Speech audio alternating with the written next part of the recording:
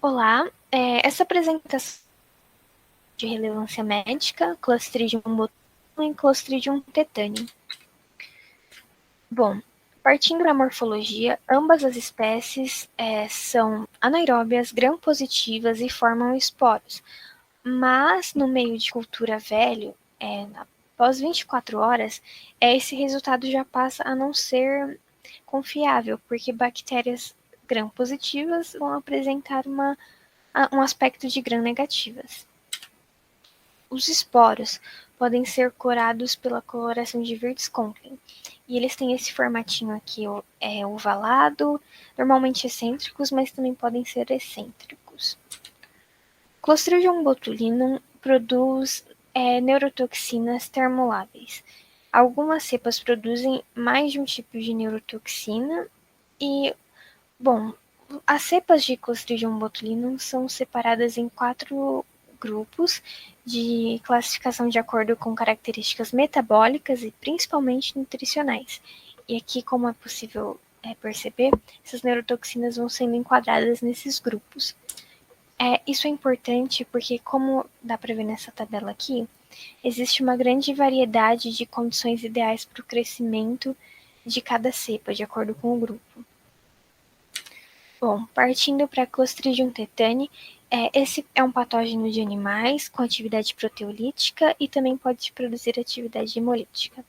Os esporos têm esse formatinho de baqueta e e a esporulação é altamente dependente de condições no meio de cultura. Os esporos normalmente eles crescem em condições anaeróbicas, mas também podem crescer em condições aeróbicas, diferentemente da forma vegetativa. Então, as condições ideais de cultivo para o crescimento da botulinum. Cresce na faixa de pH de 4,8 a 8,5 e as toxinas elas tendem a ser mais estáveis com pH 6,5 e o crescimento das bactérias é favorecido em pHs mais alcalinos, dentro da faixa. E a temperatura ótima é de 37 graus Celsius. Já o tetani cresce em faixa de pH de 6,2 a 8,8, sendo que o pH 7 favorece a esporulação e o 7,4 é ótimo em culturas descontínuas, e a temperatura ótima é de 34 graus Celsius, sendo que não tem esporulação em temperaturas acima de 41 graus Celsius. E aqui um resumo do que foi falado com a adição do meio de cultivo, sendo o agar-sangue para o tetani e BHI para botulinum, e também as condições de aeração. Então, agora falando um pouco sobre a patogenicidade. Então, tanto para o botulismo quanto para o tétano, as toxinas elas são consideradas o principal fator de virulência. Assim, nós podemos classificar essas toxinas como exotoxinas, até porque, como já foi dito anteriormente, essas bactérias elas são consideradas gram-positivas. Também podemos considerar essas toxinas como neurotoxinas, ou seja, elas têm a capacidade de destruir, prejudicar e danificar tanto o sistema nervoso central quanto até mesmo o sistema nervoso periférico. Além disso, essas toxinas são do tipo AB, ou seja, como está exemplificado nessa figura, a subunidade B ela interage com o receptor superficial da célula e permite que a subunidade A atinja a toxicidade dela para dentro da célula e assim possa danificá-la. Também, agora sendo mais específico para a toxina botulínica, ela é considerada uma das mais letais, como a DL50 para humanos, que pode variar de 0,09 a 0,15 microgramas, quando administrada por via intravenosa e muscular, e chegar a 70 microgramas quando é administrada por via oral. Além disso, como já foi comentado, existem 7 tipos diferentes dessas toxinas, sendo que existem vários subtipos, cerca de uns 50, e cada um desses tipos, ele age num alvo proteolítico diferente. E apenas os tipos A, B e F, eles são patogênicas para o homem, até porque esses tipos, eles são capazes de formar complexos proteicos moleculares, juntamente com proteínas que não são tóxicas, como, por exemplo, as hemaglutininas, e assim, esses complexos proteicos moleculares, eles vão ser resistentes à ação de proteases e ao baixo pH que ocorrem a nível gástrico no nosso organismo. Além disso, quando a toxina botulínica é encontrada em alimentos, ela não vai nem alterar o odor, nem o sabor destes. E também falando um pouco mais sobre a toxina tetânica, na verdade são produzidas 3 toxinas, mas a principal e a que causa mais dano aos humanos é a tétano-plasmina. Ela possui uma dose letal para humanos estimada em 2,5 nanogramas por quilo, ou seja, ela também é bastante letal. Além disso, ela é uma metaloprotease, ou seja, ela possui uma atuação adequada quando em conjunto com metais, como por exemplo o zinco. Ela é ligada a um plasmídio bacteriano, ela se encontra num plasmídio, e além disso, ela age de um modo diferente das toxinas botulínicas, pois a sua invasão, diferente das toxinas botulínicas, não ocorre por via oral, e ela também vai agir num local distante da onde ocorre a infecção. Falando agora sobre os mecanismos de patogenicidade, em primeiro da bactéria Clostridium tetani, algo importante a se destacar é que a doença só vai ocorrer, ou seja, a bactéria só vai se multiplicar e posteriormente produzir as toxinas na presença de uma condição, que é a anaerobiose junto com baixo potencial de oxirredução. Esse cenário é muito observado em feridas contendo tecidos desvitalizados ou necróticos. Na imagem à direita, podemos ver o percurso que a bactéria e a toxina percorrem no nosso organismo. Então, o esporo entra por uma ferida, sofre germinação, libera toxina, e a toxina pode seguir via humoral até o sistema nervoso central ou via neural até a medula espinal. Quando essas toxinas chegam nos neurônios, elas vão bloquear a liberação de glicina e de GABA, que são 2 neurotransmissores inibitórios. Falando agora sobre os mecanismos de patogenicidade da Clostridium botulinum, nós temos aqui na imagem à esquerda o percurso que a toxina realiza no nosso organismo. Então, primeiro tem a ingestão, depois ela segue para o trato gastrointestinal, depois ela é absorvida no intestino delgado, segue para o sistema circulatório, em seguida é transportada para os neurônios, até levar ao bloqueio de neurotransmissores. Então, essas toxinas, elas conseguem alcançar o sistema circulatório de 2 maneiras. A primeira envolve a penetração através de lesões celulares, e o segundo mecanismo envolve a absorção através das barreiras epiteliais intactas. Quando essas toxinas alcançam os neurônios, elas vão atuar nas junções neuromusculares. Então, lá nessas junções, as toxinas vão se ligar na membrana nervosa, bloqueando a liberação da acetilcolina.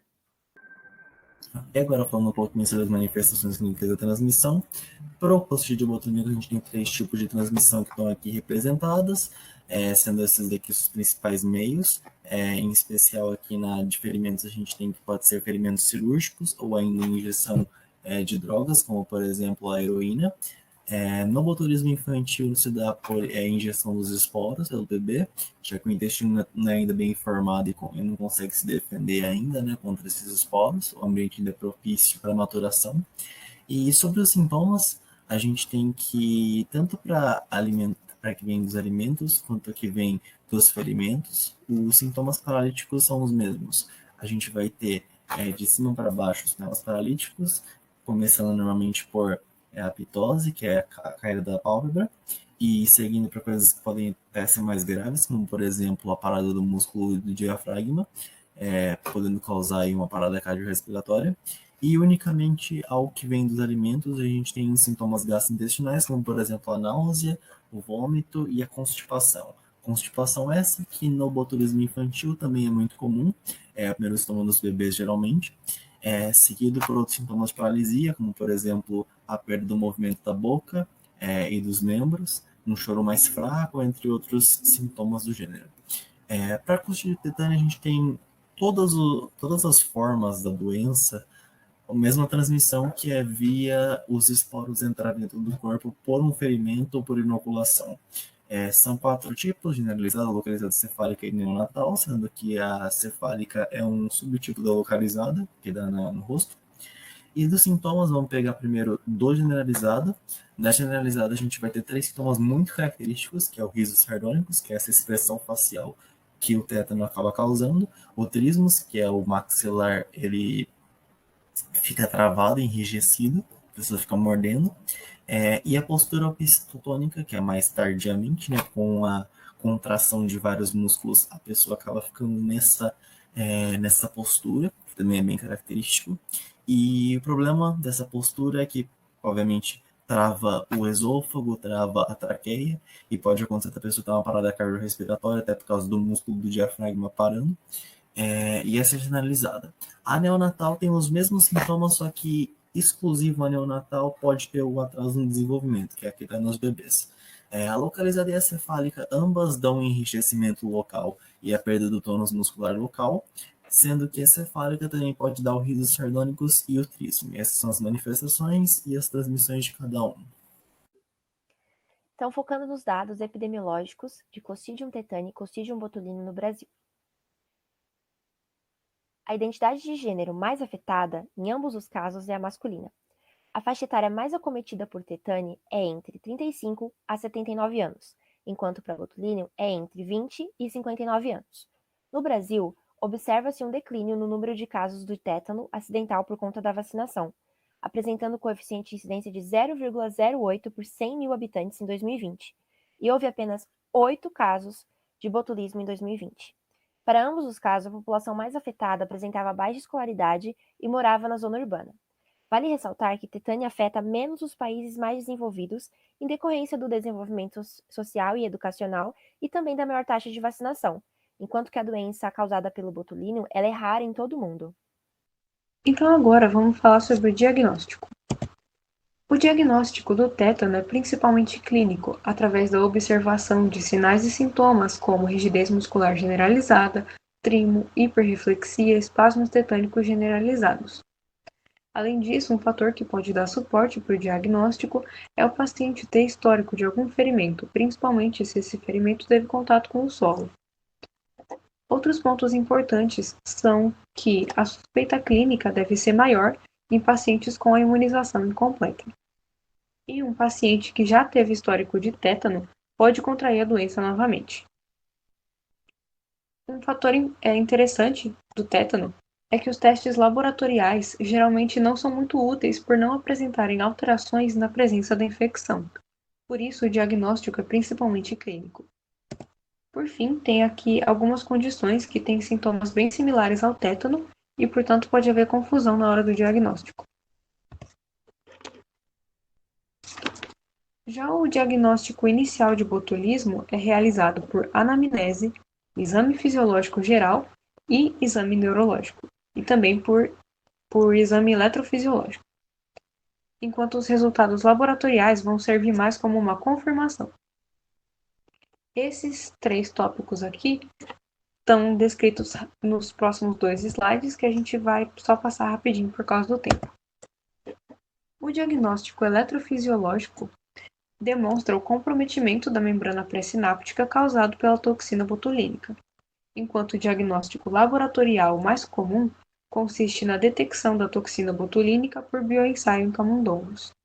E por fim, tem o diagnóstico diferencial para diferenciar o botulismo de outras condições neurológicas que têm sintomas semelhantes. Eu vou falar um pouco sobre o controle e tratamento do tétano e do botulismo, que são as doenças causadas pelas bactérias apresentadas. O tétano é uma das doenças que, na atualidade, podem ser erradicadas graças à vacinação. É devido a essa profilaxia ativa que é considerada doença rara em vários países.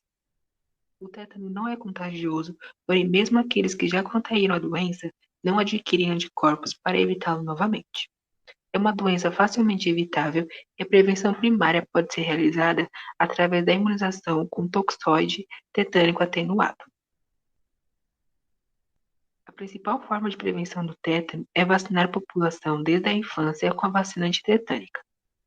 O tratamento do paciente com tétano deve se concentrar em 3 objetivos principais: a prevenção de maior absorção de toxinas, a eliminação do micro-organismo e os cuidados de suporte em ambiente de unidade de terapia intensiva.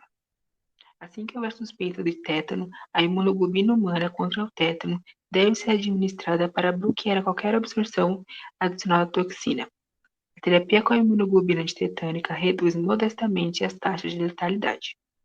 O esquema vacinal completo recomendado pelo Ministério da Saúde é de 3 doses administradas no primeiro ano de vida, com reforço aos 15 meses e 4 anos de idade. A partir dessa idade, um reforço a cada 10 anos após a última dose administrada. Em caso de ferimentos graves ou gestação, deve-se antecipar a dose de reforço, caso a última dose tenha sido há mais de 5 anos. A vacina não tem contraindicação, portanto, todas as pessoas devem recebê-la. E a vacina está disponível em toda a rede de Sistema Único de Saúde. O tétano não tem cura e seu tratamento é feito por meio da limpeza e dos cuidados da ferida por onde a bactéria entrou no organismo. Pode ser feito o uso de medicamentos que aliviam as contraturas e os espasmos musculares característicos da doença. Também são usados soros antitetânicos, sedativos, antibióticos e outros medicamentos, com o objetivo de impedir o progresso dos espasmos musculares. Na sua forma vegetativa, a bactéria é rapidamente destruída por ação do calor desinfetante.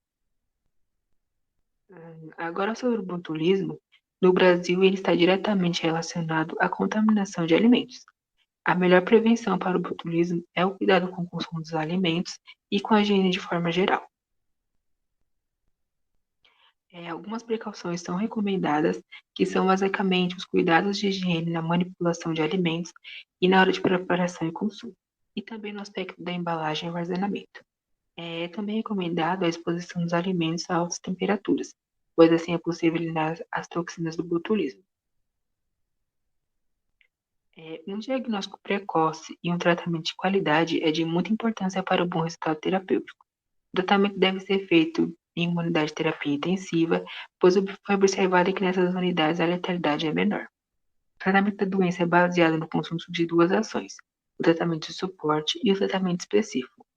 O tratamento de suporte ele baseia-se nas medidas gerais de suporte e monitorização cardiorrespiratória, que são muito importantes para o botulismo.